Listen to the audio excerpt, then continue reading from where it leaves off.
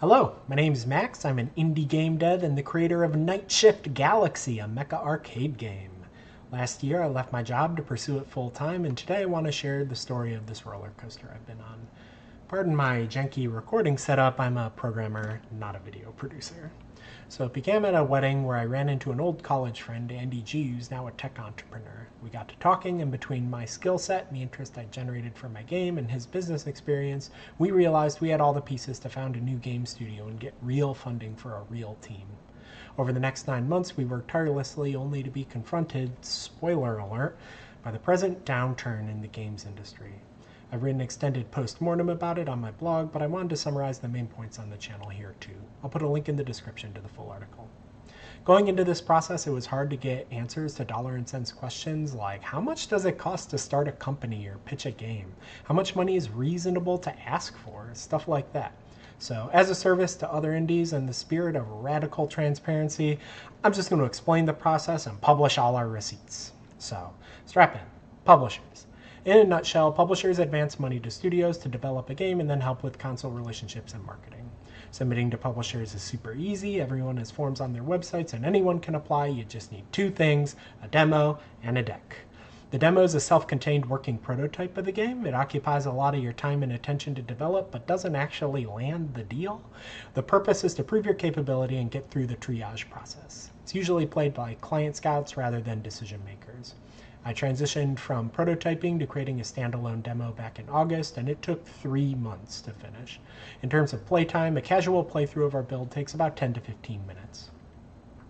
In addition to fixing all the bugs and glitches and optimizing the frame rate, we also staged several playtests to ensure that everything was legible to players on its own without needing any outside prompting or instructions.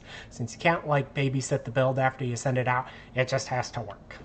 To demonstrate the target quality, I called in favors from a number of artist and musician friends who agreed to work well below their normal professional rates. So all told, the cost of illustrations, 3D models, music, and Foley for our demo was $5,000, which is actually an incredibly good deal. I'm super grateful for everybody's generosity.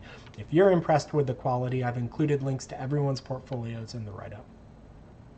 So next we have the deck, which is basically a PowerPoint that answers crucial questions publishers will have, like what is the one-sentence elevator pitch to players? What are your unique game features? Expected playtime, release date, platforms? How big is your dev team? What's their professional experience? What's the expected size of the market? Like how have comps or comparable titles done recently? And most importantly, bottom line, how much money are you asking for? People are usually cagey about this number for really good reasons, but I'll be totally transparent with you. We asked for $3 million. To me, that's a staggering amount. I'm from Rust Belt, Ohio, where that could be a comfortable middle-class person's total lifetime income.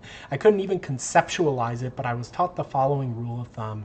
Basically, you budget $10,000 per person per month. To be clear, that doesn't mean everybody's making over $100,000 a year, since there's personnel overhead, health insurance, and contingency baked in. It's just a pretty good budgeting proxy. So in our case, we budgeted for 10 people in 2.5 years or 30 months. So you multiply that all out and you get $3 million. Andy actually made a budget listing all the detailed estimates, but it amounted to something in that ballpark. For the deck, we split the work in half, with me discussing the game and Andy discussing the market and the budget. We reached out to industry professionals in our Rolodex early and ultimately did about a dozen test pitches, making changes each time in response to their feedback. In the end, it took about 2 months and we landed on about 30 slides. At this point, we were ready to go, but we heeded advice to wait for a bit because pitches submitted at the end of the year tend to get lost in the holiday shuffle.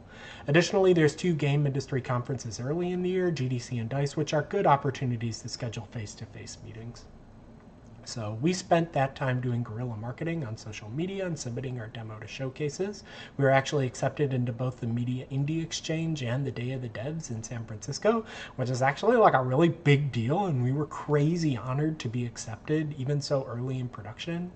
Both of those were really encouraging to us about our chances to land a deal. We did have to produce trailers for those shows, which I mostly collected footage for myself and called in favors to get edited. Andy spent this time finding a lawyer and setting up our company, Tiny Galactic Inc., as a C Corp, which is just the legal entity in America that can offer equity to employees. Andy also went ahead and designed a co-op style profit sharing policy, which is a lot of work and is a really complicated spreadsheet. All told, between conference passes, travel and accommodation, legal fees, software licenses, and video post-production, we ended up spending another $5,000, bringing our total out-of-pocket costs for this little adventure up to a bit over $10,000. Not counting, the opportunity cost of not having jobs. So starting in February, we began sending submissions. In the end, we submitted to 50 publishers, of whom 35 got back to us, which we're told is a pretty good response rate.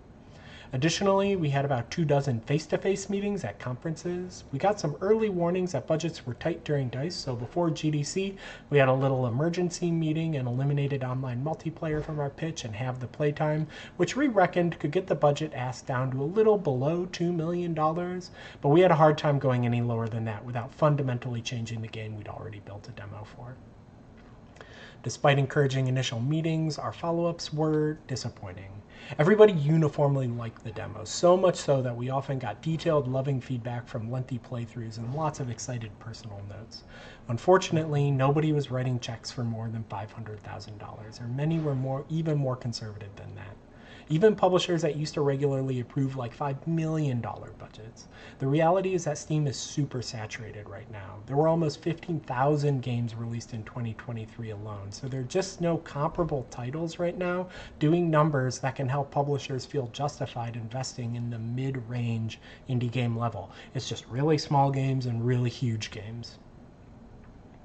We heard this from all the other indies pitching at conferences this year. There was even a video on NoClip's YouTube channel about their own struggle to find funding for their collaboration with Alex Austin. Throw in the massive layoff shaking the industry right now and the big console platforms not signing any exclusives, and you start to see a dire picture of the industry. So unfortunately, at this point, Andy has reached the end of his financial runway and needs a job, so regretfully, our bid to found a game co-op is over. What does this mean for Nightshift Galaxy? Well, I'm still excited. I know the game rips and I want to see it through, so I plan to finish it as a solo developer. To that end, I finally posted the Steam page, link in description. Please go wishlist it right now. Granted, without a team, there's going to be a big reduction in scope, and I'm trying to figure out something more early access friendly right now, so stay tuned for updates about that. I'm still talking to a few publishers where there might be the possibility for a smaller deal to polish the final release, but in the meantime, I just want to survive to 2025, as they say.